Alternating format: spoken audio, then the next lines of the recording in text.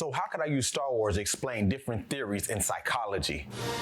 The Force, of course. No, I'm just playing. But speaking of the Force, this is a perfect analogy of how mental health works, right? Mental health is dynamic. You're going to have down days, you're going to have up days, and it ebbs and flows. And when it comes to mental health, we look at it as all or nothing. But in actuality, it's two different sides of a spectrum. Now, from a subclinical standpoint, you might have times where you're down, you might be sad, you might be having emotions that you can't really explain. But just like with the Force, there's aspects of it that we can explain, but we know on the dark side, it's the way of more treacherous thoughts, things that aren't for the best of people's benefit. But then the Jedi way, they're looking to help those be peaceful, be mindful. And this is just how we are in our mental health endeavors. Now, with the dark side, this can kind of represent maybe depression, anxiety, those thoughts that may hinder us. But speaking of the dark side, what about Darth Vader? Now, he's a perfect representation of how people's inner conflict and unresolved trauma can lead to push them to the bad side or the dark side in this case, because yes, he came up not the best of life.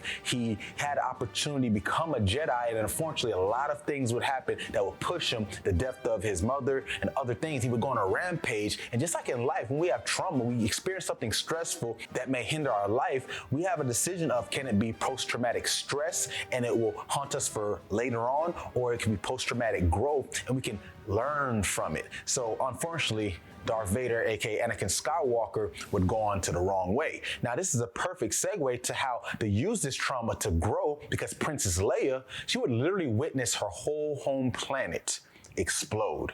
So you can see that could be pretty big effect on someone. So instead of succumbing to it, she would fight the resistance to be on the side of good and not evil. She could have given up. She could have went the wrong way, but she chose to keep going. Now, with that being said, let's look at her son, Kylo Ren. Now, he's a perfect example of how people hold the representations of others' beliefs in them so high that they don't really know their own identity. And you can see this could be a problem. Yes, outside opinion should affect us to some degree, because this is what lets us know we're really trying and doing something, especially when it comes from a loved one. But when we get so lost in what other people think and how it should shape our own identity of ourselves, it can skew us and we can think everything we do is in vain or not enough. And this can lead you to that lack of fulfillment in life.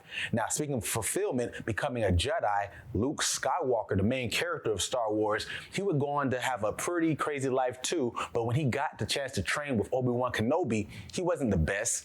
But this is a perfect example of self-efficacy, because self-efficacy is kind of like self-esteem and confidence, but it involves being efficient at a skill. So it's going to be ups and downs. Sometimes you get it right, sometimes you get it wrong, but you need criticism, objective feedback, and all this he got from Obi-Wan, and eventually he would get it from Yoda, and he would become a master Jedi. Now, let's finish this off with Yoda.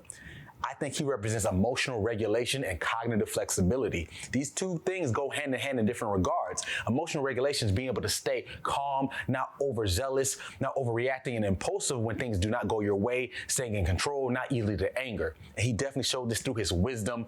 And speaking of cognitive flexibility, look at how he talked. Do or do not. There is no try. So being able to see things from different perspectives to solve problems is key when dealing with emotions and mental health as a whole. So may the fourth be with you, and always get your mind right.